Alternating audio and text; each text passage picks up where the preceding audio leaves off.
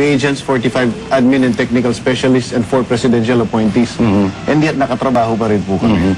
Ang sinasabi lang namin dito, kami ay nasa ilalim ng Office of the President. The President has declared herself as the anti-drug czar. Orders were given. Even if we are not military men, we understand orders because we went through training, thorough training.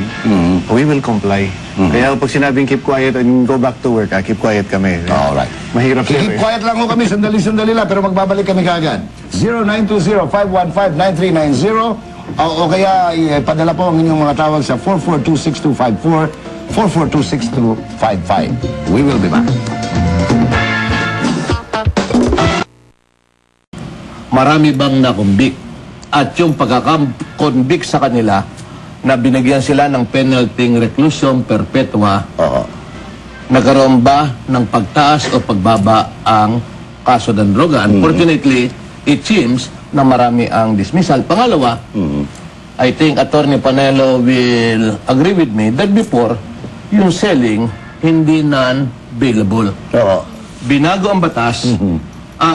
Before it is bailable. Bailable siya na dati. Dati. Ngayon, ginawa nating non-bailable regardless of the weight, regardless of the Aso ngayon, pagtulak ka, talagang non-bailable yan. Non-bailable. Unfortunately, kahit na non-bailable and selling, ang nangyayari, tuloy pa rin ang pagdami ng kaso ng droga.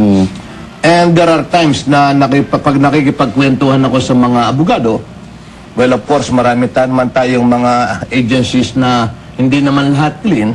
Ang sinasabi lang, nagkakaroon ng bargaining. Pag nagkakaroon ng mga kasong droga, sasabihin, bigay ka muna, i-charge lang kita ng possession.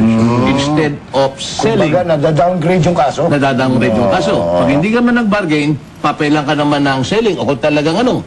In that case, ang pasok naman ng remedyo raw sa husgado. You prove that the evidence of guilt is not strong so that you can post the necessary bail.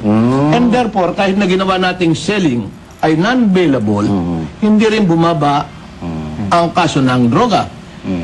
At yun din ang perception ko, kahit natin gawing death penalty, kung hindi naman kompleto ang ating asunto, walang prosecution, walang conviction, we would not be able to achieve our purpose. Not to mention na yung purpose ng ating penalty to reform the criminal will not be given any chance sapagkat mamamatay na ang akusado. At sa mga progressive na bansa. So tingin nyo, walang diferensya sa batas ngayon? Well, I don't think so. Except the creation of a special prosecution arm for drug enforcement. Ang sinasabi nga natin, there are 5 pillars of justice law enforcement. I-enforce natin ang batas, i-prosecute natin, then there must be the judiciary conviction. Kung puro acquittal, wala rin.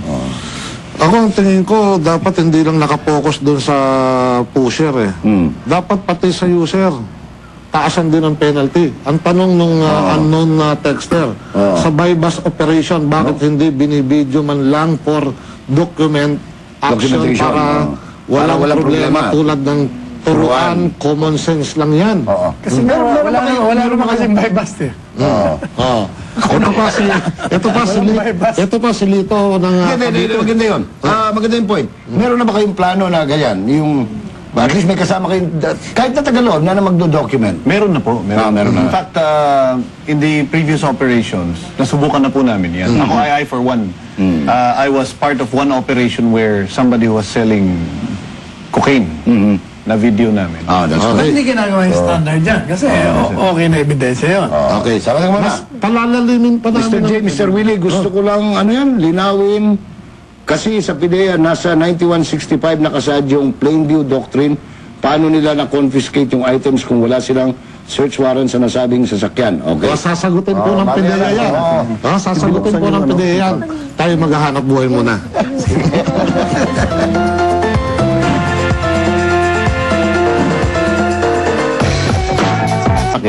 The parents requested na they're distributors of Rudy Project, yung sunglasses and sports apparel.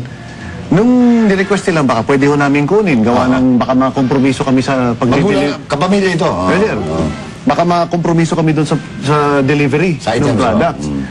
So that, sige, yung nga, doon pumasok yung sinasabi, gentleman's agreement, pinabuksan yun. Ay tumambad po yung epektos. May Yun yung plain view. Hindi, teka muna. Alam mo, medyo... At nandun yung magulang. Nandun, sir. yung Sila barangay. nagpubukas ng trunk. Nandun yung barangay dito sa ano. Yung taga-barangay Pinyan ko. Kasi ang problema doon ganito, nung nahuli nila at nandun yung sasakyan, kung meron kang coordination doon sa mga proper authorities, yung sa barangay, sa ibang mga pulis, dapat ora mismo nag-inventory ka doon eh.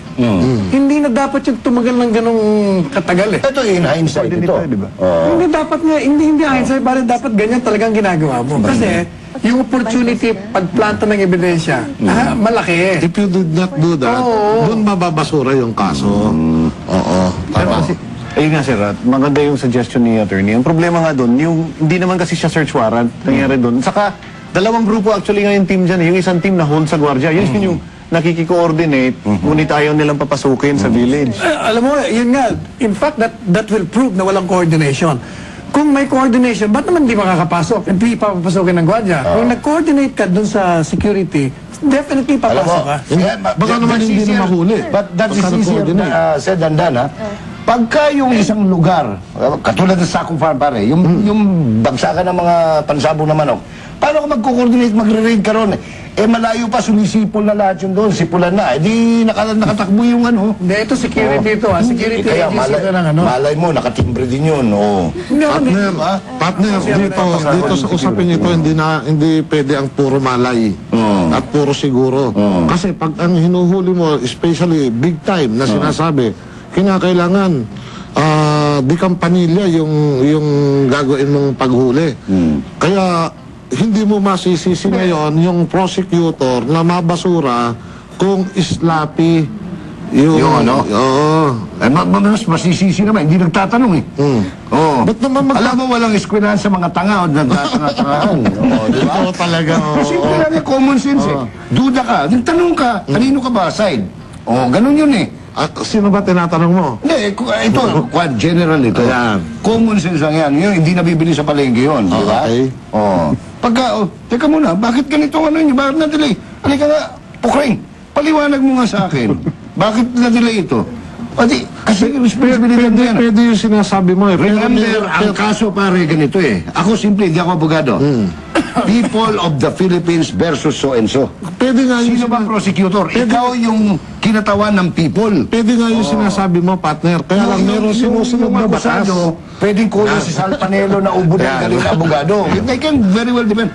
But that's why kumuha ka ng public prosecutor para siyang mangalaga sa kapakanan at karapatan ng Estado. Tama ba yun? Tama yun. Binabagin mo yung common sense. Ano ang common sense will also tell us, yung kawawa naman doon si Atty. Birano na nabanatan ng usapin. Paano naman magiging kawawa yung tao? Nag-umit ng letterhead ng DOJ. Alam mo, doon pa lang dapat tinanggalan na ng lisensya yun. Letterhead pa lang sa kanya. Pag walang pirma yun, it's a worthless piece of paper. No, it's not a worthless. It is. The mere fact, Walang nakapirma eh. the mere fact that you are in possession of an accountable government form. Padre, yung accountable government form na sinasabi mo, nagkalat lang yung sa mga opisina. I don't. Bahala sila kung nagkalat. The fact is, you're not supposed to have it. Hindi. Ikaw ba ginagawa mo yan? Ginagawa ng mga abogado yan. Ano, ganito yan. Hindi, para maintindihan.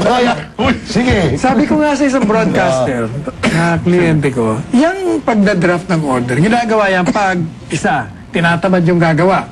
Dahil, for whatever reason, maraming trabaho. Kaya sabi niya, kung nga gumawa, pipirma ako. Basta, Ganun pala mga abogado, ha? kasi ganun nga, ba yun, padre, partner? Ganun. masama doon eh. Hindi ko sinasabing masama. Nabibigla lang ako. Ang masama doon, kung gagawa ka ng resolution na wala batay sa ebidensya, ay may problema ka doon. Tingnan mo, yung ginawa ni Atty. Birano, kinabukasan, holiday. Akala mo ba yung assistant doon, yung typist, magta-type ng order doon? Kung talagang pipirma niyon. Hindi, aabutin ka ng siyam-siyam.